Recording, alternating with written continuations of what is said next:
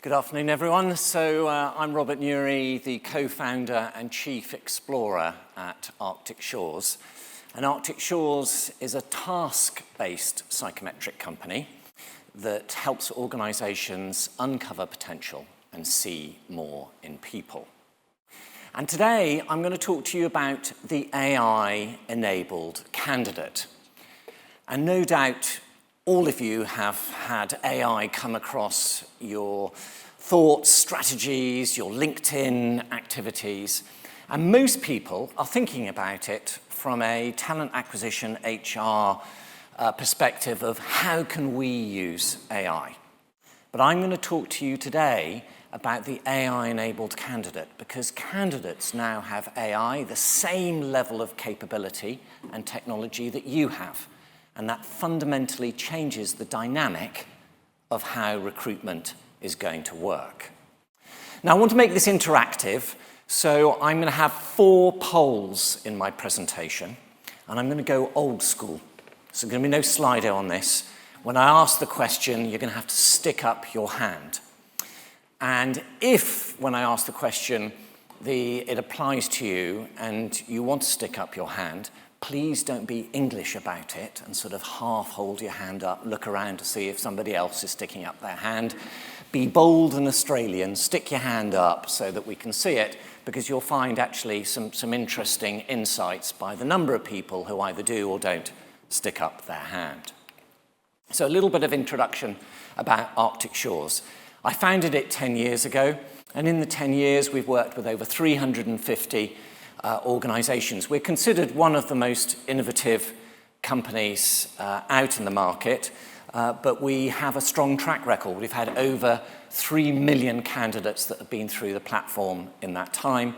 And the bit that I'm most proud about is that we have helped what I call the undiscovered, uncovered potentials, 50,000 of them plus, find jobs that, but for our platform, their potential might not have been uncovered.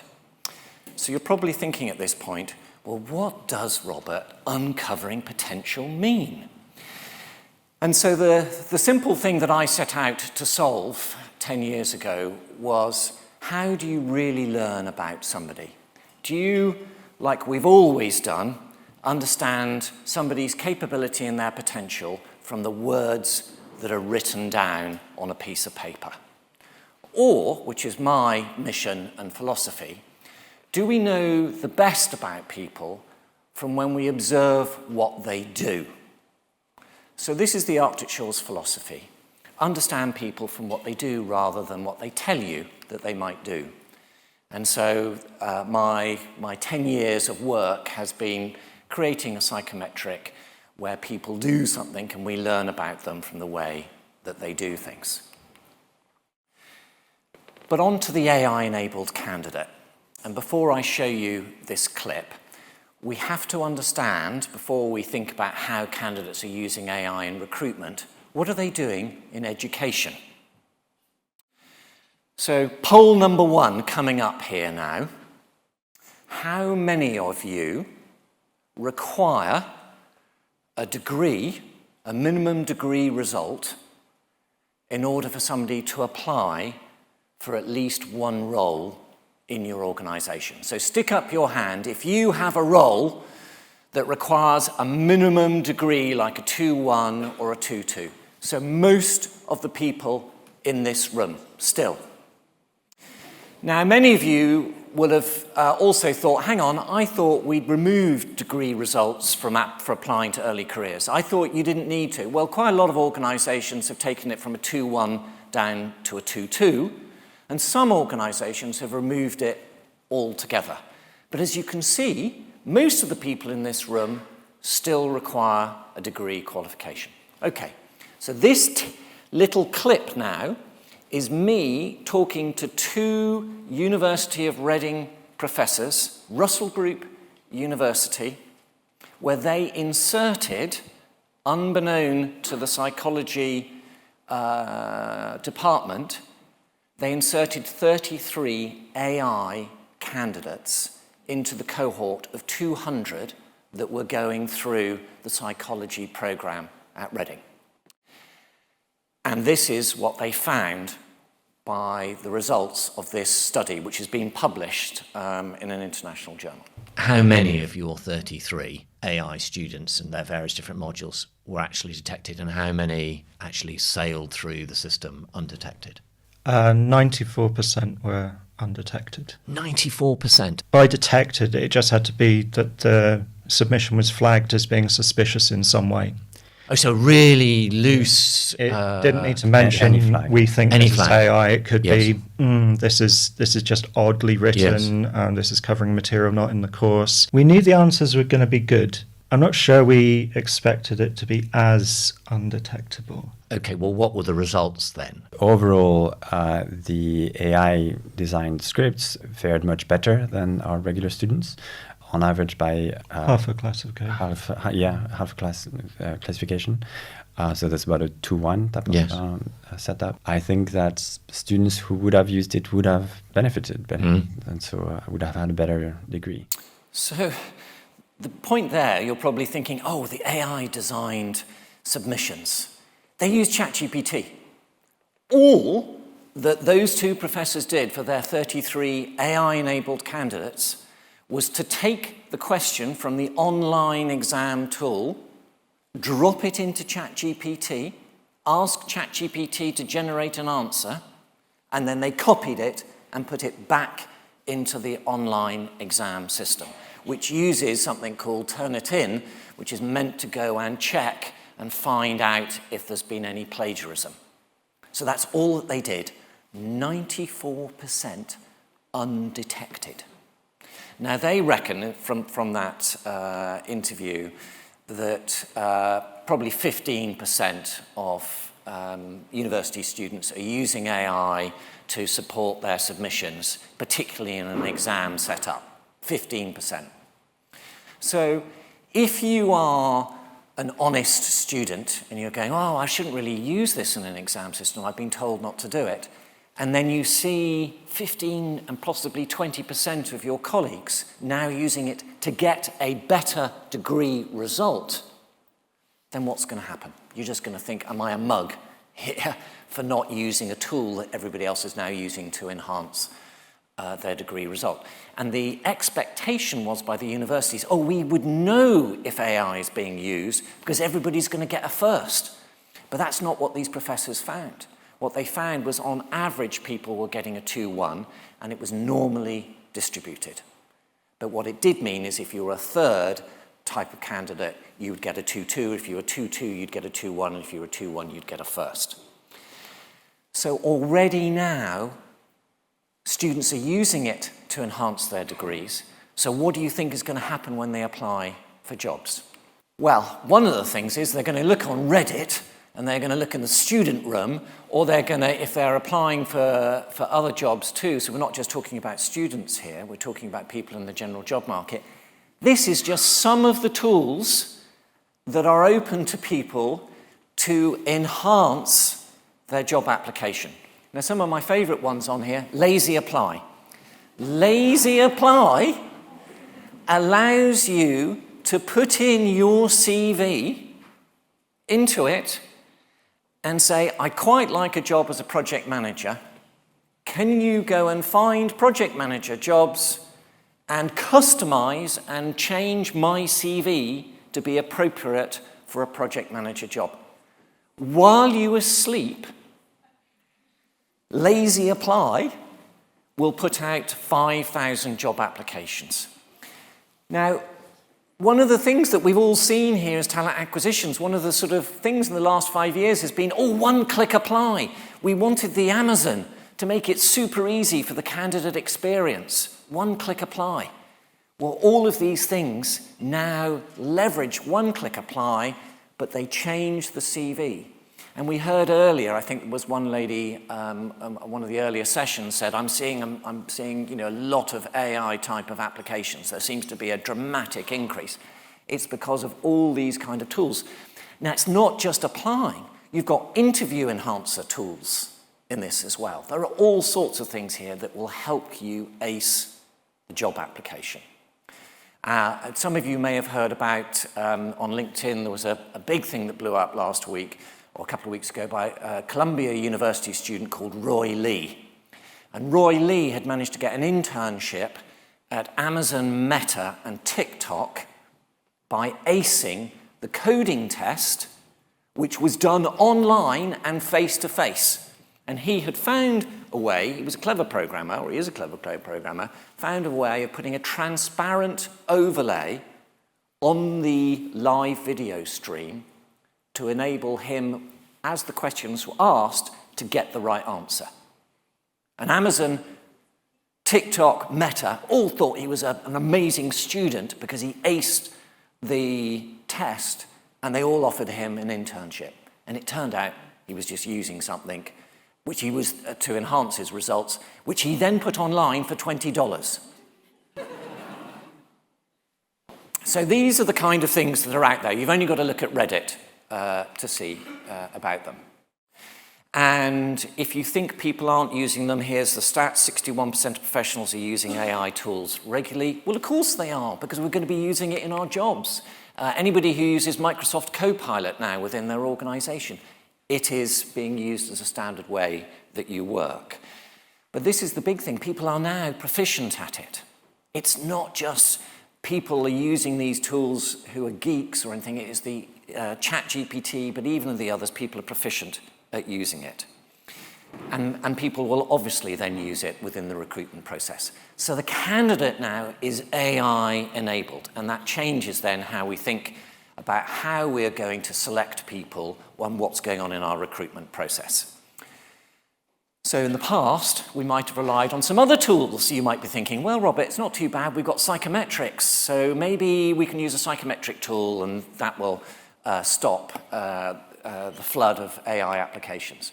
Well, this is somebody using ChatGPT to do a situational judgment test, something that you might have come across.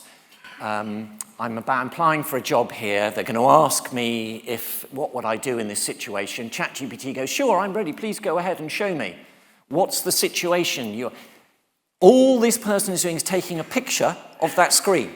They're not typing anything in. Great, please share the instructions and I'll follow them accordingly. From a picture, thank you for sharing the image. It's now read the image and said, oh, by the way, you need to press the start button.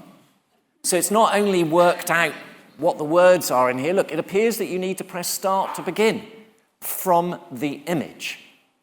And now it's laid out the 4 different scenarios from that image, and you have to then, the logic around this is what's the most likely action you should perform and the least likely in this situation. It did this, ChatGPT did this, in under 60 seconds. So it's not even you need sophisticated tools to do a hack in the recruitment process. It's even standard tools like ChatGPT. Now, one of the things that we heard earlier, I think, from there, one person said, oh yeah, don't worry, we use video interviews now in order to assess if we've got the right person in front of us. So before I just show you this clip and completely freak you out, how many people here, again, this is poll number 2 now, get ready, how many people here have interviewed somebody using an online meeting tool like Zoom or Teams or Google in the last 3 months, let's say? Everybody pretty well, okay? We're all using those tools, all right? Everybody here is using that tool. The one thing we thought, yeah, I'm definitely going to know if that person is sat in front of me. Well, this is something called Pickle AI. As you can see, I'm currently participating in a Zoom call. But what if I tell you that I'm actually not in front of the cam right now? And this is an AI-generated live screen that moves in sync with my voice. Pickle generates real-time video of talking to you based on your audio inputs, which can be streamed directly to Zoom. You can go and find it. It doesn't require you to be an expert to do it. Pickle.ai, go and look it up after this. It's a tool out there, and what it does is that between the camera that sits on your PC and the Zoom application or Teams, it intervenes between the two of them and inserts then an image as if you were talking. And as you saw from that image, it's not just the lip movement, it's getting the eyebrows, the expression. So he wasn't actually sat there. He could have been sat there in front of another screen while your audio is coming through about tell me a time when you did, and meanwhile an interview aid or ChatGPT is then giving the answers. And I was talking to an engineering company a couple of weeks ago, big global engineering company, and the global head of TA admitted to me that he had just hired a senior financial controller who turned out not to be a financial controller. Couldn't even use a spreadsheet. And they had gone through all the process. They hadn't met him in person, but had gone through multiple interviews. So you think that this is, not possible and it's not happening. It is, and it will happen more. So we're going to have to think about what are the things that are going on. How do we determine what is authentic and what is not authentic? And it's not just if you're thinking that this is, only tech companies are doing it. If you look at people who are using AI throughout different areas, it is across all sectors people are using it. It's not just for tech roles. So hopefully I've got your attention on that and what the AI-enabled candidate means. And it is coming into 3 big problems now. So even if you weren't thinking about it now, for sure you'll be experiencing some of these 3 problems.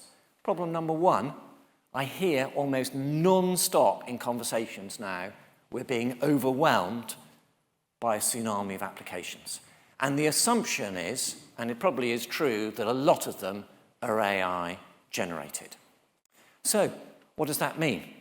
Well, first of all, talent acquisition teams have got smaller in the last 12 months, not bigger. So how are we as TA teams then going to cope with this flood of applications?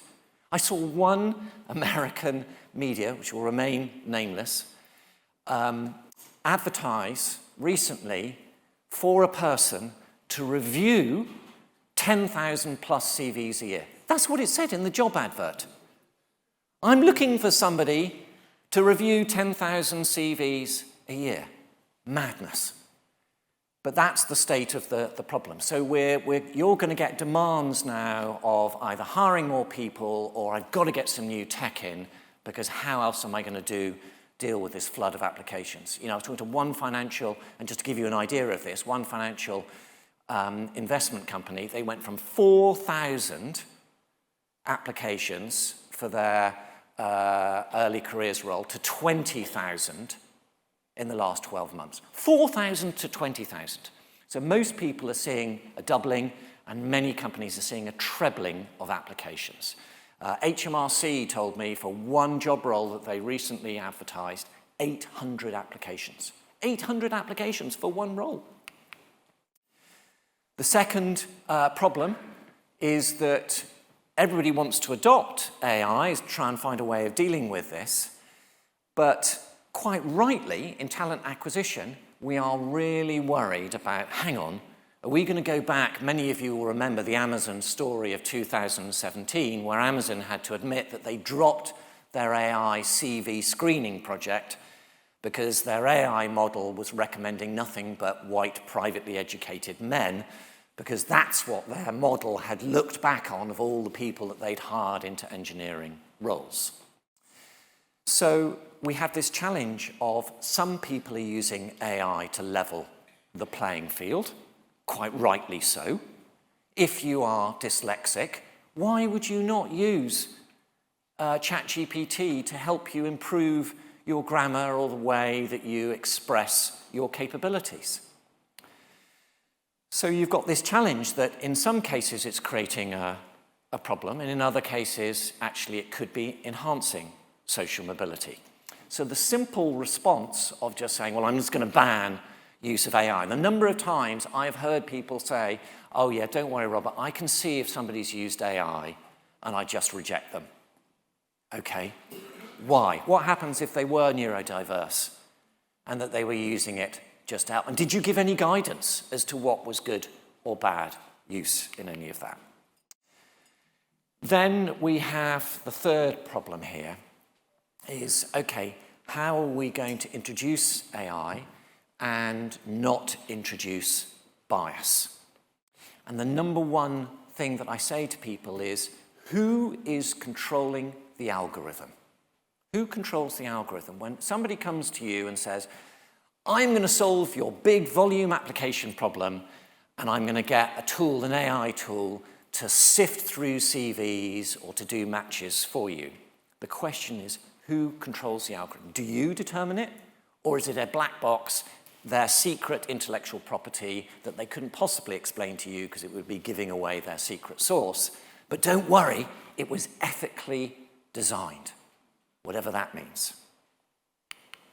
So we have three camps at the moment, how people are reacting to this AI-enabled candidate. You've got people who are fighting it, people who are saying, I don't know what to do, I'm just going to see what happens, and then people who are embracing it.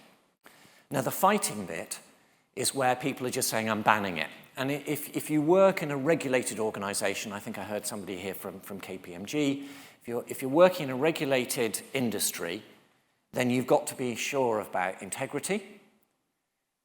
But the response there is just to ban it. But if you ban it, how are you able to enforce it? In terms of detection tools, AI detection tools, they're only at best 65% accurate. So 35% are false positives. Can you imagine you have rejected somebody for using AI when they didn't use AI?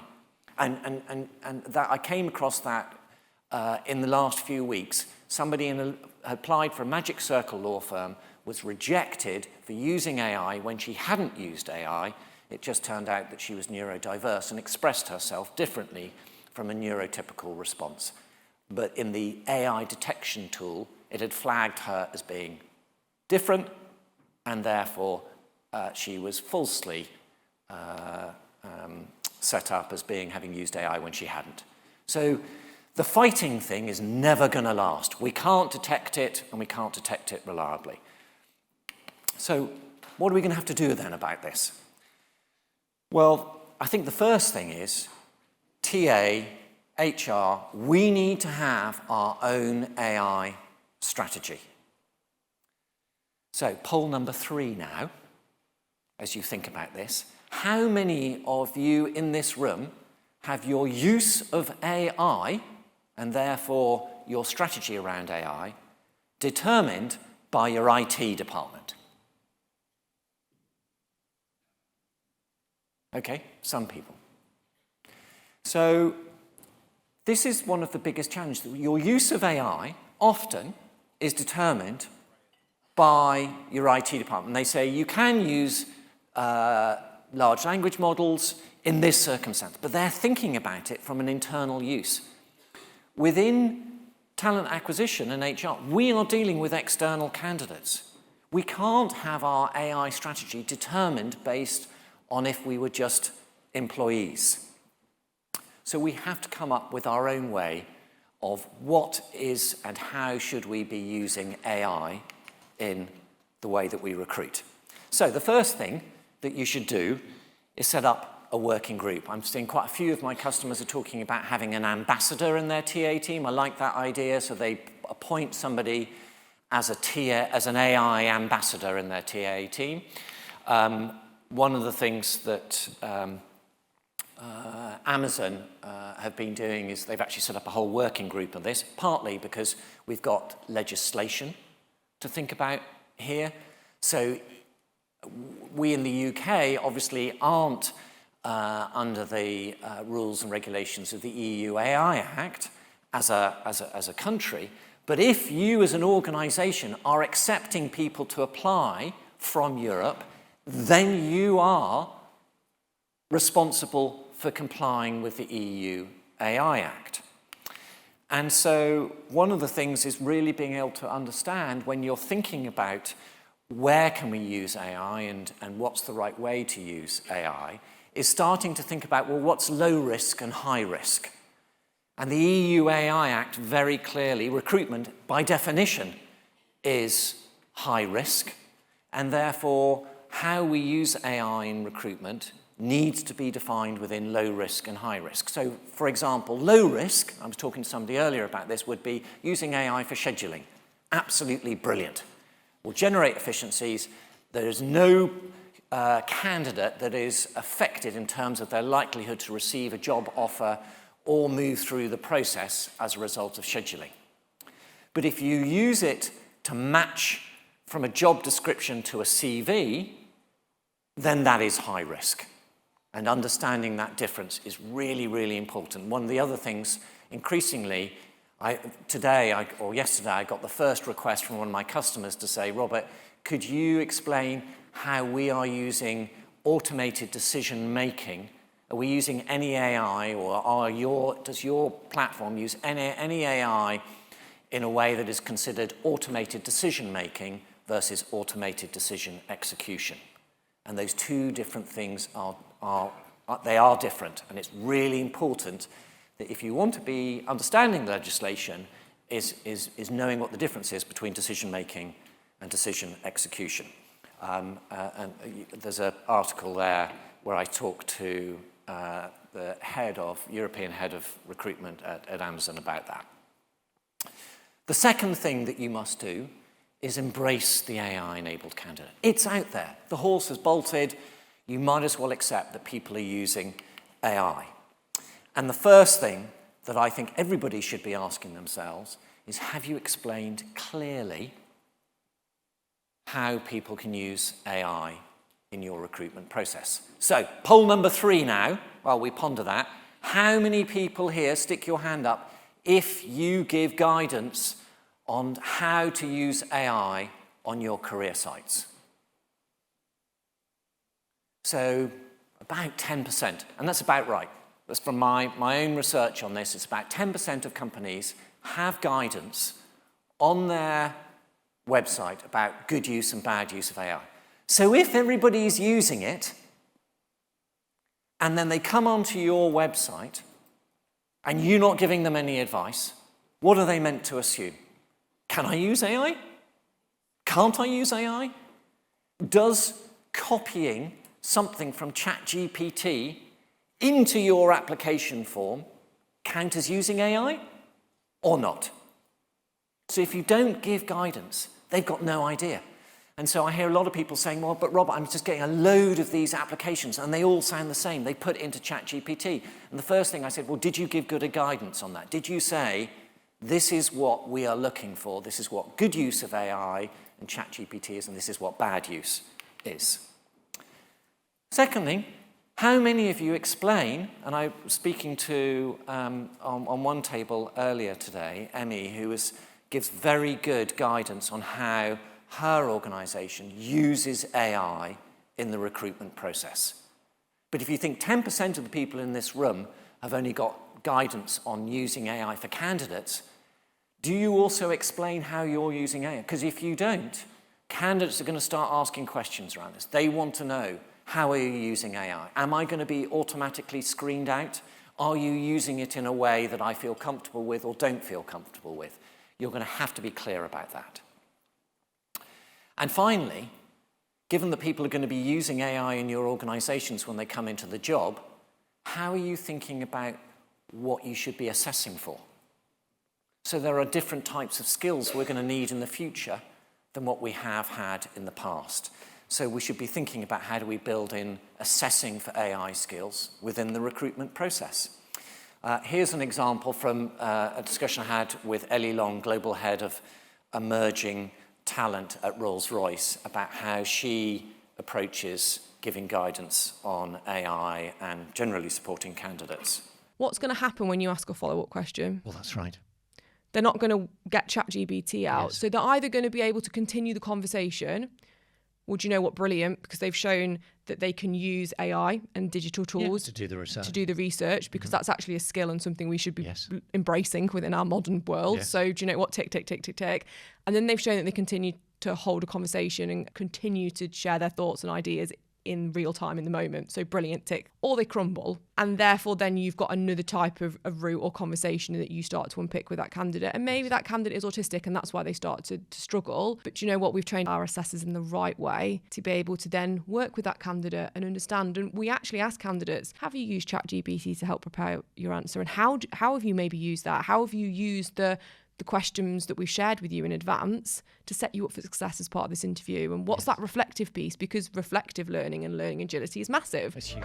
So I love the whole philosophy that Ellie has there, which is about how do you set up candidates for success on this? And that's what we should be thinking about. And they've gone, Rolls-Royce have gone a step forward further. They actually give the interview questions out in advance. And everybody said that was a totally mad thing to do because everybody put it into ChatGPT and then they would come with prepped answers.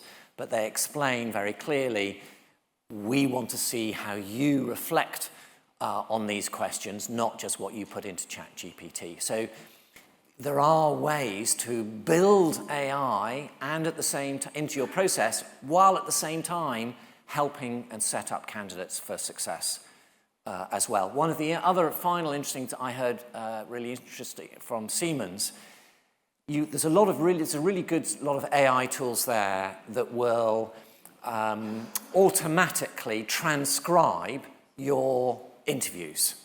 So that anytime somebody does an interview, it'll transcribe the whole conversation. What Siemens have been doing is not just using that to help with the hiring managers and saying, look, here's a summary of the interview, but they've actually given it back to the candidates as well and said, here's what AI transcribed. Have you got any issues with this? So I think there are many good things that we can and should be doing with AI. And my key thing for people is a golden thread. We need to have an AI golden thread. The two things around the golden thread, one is integrity. You must be sure that your process is resilient against misuse of AI. It's no point pretending that candidates, well, they're not cheating as much as anybody says. If there's a vulnerability, you have a moral duty to protect those people who are not using it to cheat the system, to be able to say to them that, yes, if you use an AI tool, you will not get an advantage in our recruitment process. You've got a vulnerability piece, and then you've secondly got a how do we embrace it? How are we going to start thinking about AI skills and whether we should be assessing for those too? So here are my 3 takeaways for you. 1, set up a working group or have an ambassador in your team that is going to look at how AI is being used. Keep in touch with the market. There's a very, very good email newsletter called H.A.I.R, HAIR, which is meant to be AI in HR, with a lot of good, written by a friend of mine, Martin Redstone, with a lot of good information about new uses of AI in HR. Secondly, you have to embrace candidate use of AI. If you do one thing and one thing only after this conference, go and change your website. Give candidates good advice. It's not fair to them if they don't know how you are going to assess them and whether they've used AI or not. And you certainly cannot be rejecting them for using AI if you have not told them what good use and bad use is. It's not fair on them. And third, really look at your process. Don't just tinker with it. I see so many people say, oh, I've heard about this AI tool, it's going to help me with scheduling. Brilliant, I'm just going to drop that in. You need a consistent golden thread. Have a look all the way through your process. Otherwise, you'll end up with a Frankenstein's monster. So we've got a couple of guides, if that will help you on all of this too, and that a little bit more in depth from my presentation here. We've got a whole guide. Some of them we've got printed out at the back, so you can either download them or if you want to go and collect them from the stand, we've got them there. I also run a podcast called TA Disruptors, where I talk to thought leaders about the use of AI, good use, bad use, how are they experimenting with it, what are they learning. By all means, go and look up that podcast, might find some interesting things there. And if that isn't in itself enough to draw you to our stand, we have a £150 lifestyle voucher there. And if that wasn't enough as well for you, we also have some Lola cupcakes, as we're getting towards lunch now, so you might need a sugar fix, but do drop by and come and say hello to us. Thank you for listening.